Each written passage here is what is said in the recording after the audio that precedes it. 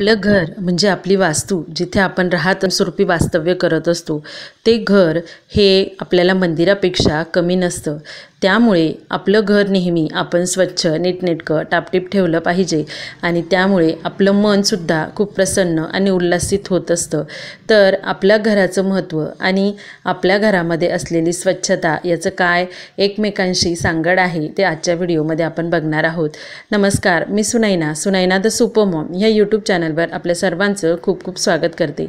आजचा दिवस छान तुम्हाला आनंदाचा जावो, तुमच्या मनातल्या सर्व इच्छा पूर्ण होत ह्याच तुम्हाला नवीन आणि मंगलमय दिवसाच्या शुभेच्छा. खरं तर जेव्हा आपण घर पूर्णपणे स्वच्छ करत असतो, त्यानंतर धुळधाळ काढत असतो, घराची सगळी साफसफाई करत असतो, त्यावेळेस घर स्वच्छ असणं ही एक गोष्ट असते किंवा तिथेही एक आनंद आपल्याला मिळत असतो.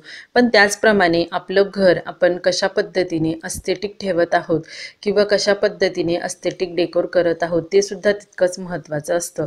जेवढं आपण घरामध्ये आपल्या घराला एका मंदिराप्रमाणे जसं आपण पूजा वगैरे करत असतो, तर त्याचप्रमाणे आपण आपल्या घराची सुद्धा दररोज पूजा केली पाहिजे. कारण जिथे आपण राहत असतो ना, तर ते घर आपल्याला एक सेफ, सिक्युअर असल्याचा अनुभव देत असतं. आपल्याला एक निवारा देत असतो की जिथे आपल्या मनाला एक शांतता किंवा स्टॅबिलिटी मिळत असते.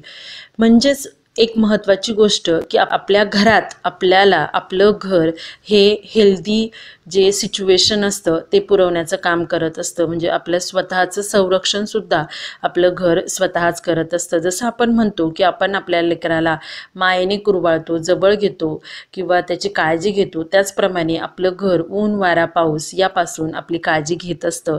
आपल्याला ज्या गरजा आहेत त्या गरजासुद्धा अगदी मी म्हणू शकते की समजा कितीही बाहेर परिस्थिती असली तरी पण आपलं घर हे एक अशी निवारा असतो की जो आपल्याला कायम संरक्षण देत असतं, की जिथे आपल्याला खूप रिलॅक्स असं फील मिळत असतं किंवा आपल्याला एक जागा देत असतं आपलं घर की जे आपल्याला रिलॅक्स, ताणतणावमुक्त राहण्यासुद्धा खूप सारी मदत करत असतं. की ज्यामुळे घरामध्ये जे काही वेगवेगळे आपले फॅमिली मेंबर्स आहेत ते एकमेकांना जोडून ठेवण्याचं जे काही जागा असते ते म्हणजे आपलं घर असतं.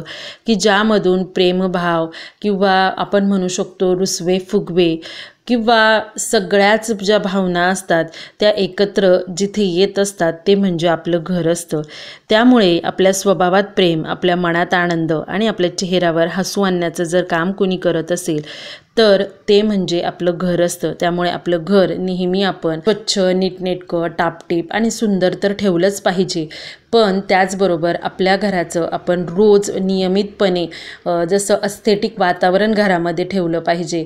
जसं आपण देवाला नमस्कार करत असतो त्याचप्रमाणे आपण आपल्या घराचे सुद्धा आभार मानले पाहिजे की त्यामुळे आज आपण इथे आहोत.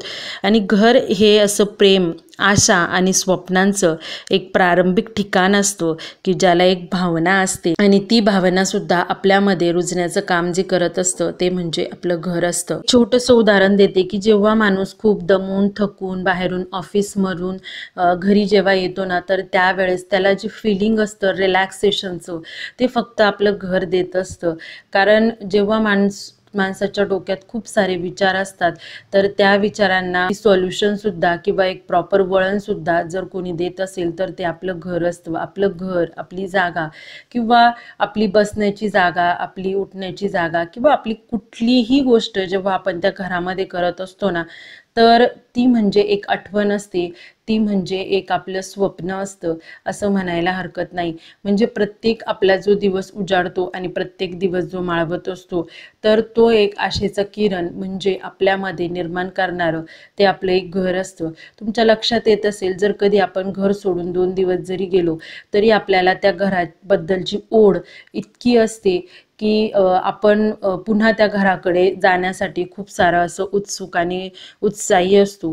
त्याला कारणच असं असतं की ती वास्तू आपल्याबद्दल प्रेम निर्माण करत असते, आपल्याबद्दल एक जिव्हाळा निर्माण करत असते आणि आपलासुद्धा जिव्हाळा त्या वास्तूपायी असतो. त्यामुळे आपण आपल्या घरामध्ये नेहमी एस्थेटिक वातावरण निर्माण करून ठेवलं पाहिजे. आपल्या घरामध्ये धूप दीप आपण लावले पाहिजे. एअर फ्रेशनर आपण आपल्या घरामध्ये ठेवलं पाहिजे. जसं आपण त्या घरामध्ये राहतो तसंच त्या वास्तूला सुद्धा आपल्याबद्दल एक आपुलकी असते। त्यामुळे आपण आपल्या वास्तूला कशा पद्धतीने ठेवतो ते सुद्धा तितकंच महत्त्वाचं आहे। त्यामुळे घर असं उदास न राहता घरामध्ये थोडंसं आपण डेकोरेशन सुद्धा केलं पाहिजे, घरामध्ये आपण पूजा सुद्धा केली पाहिजे।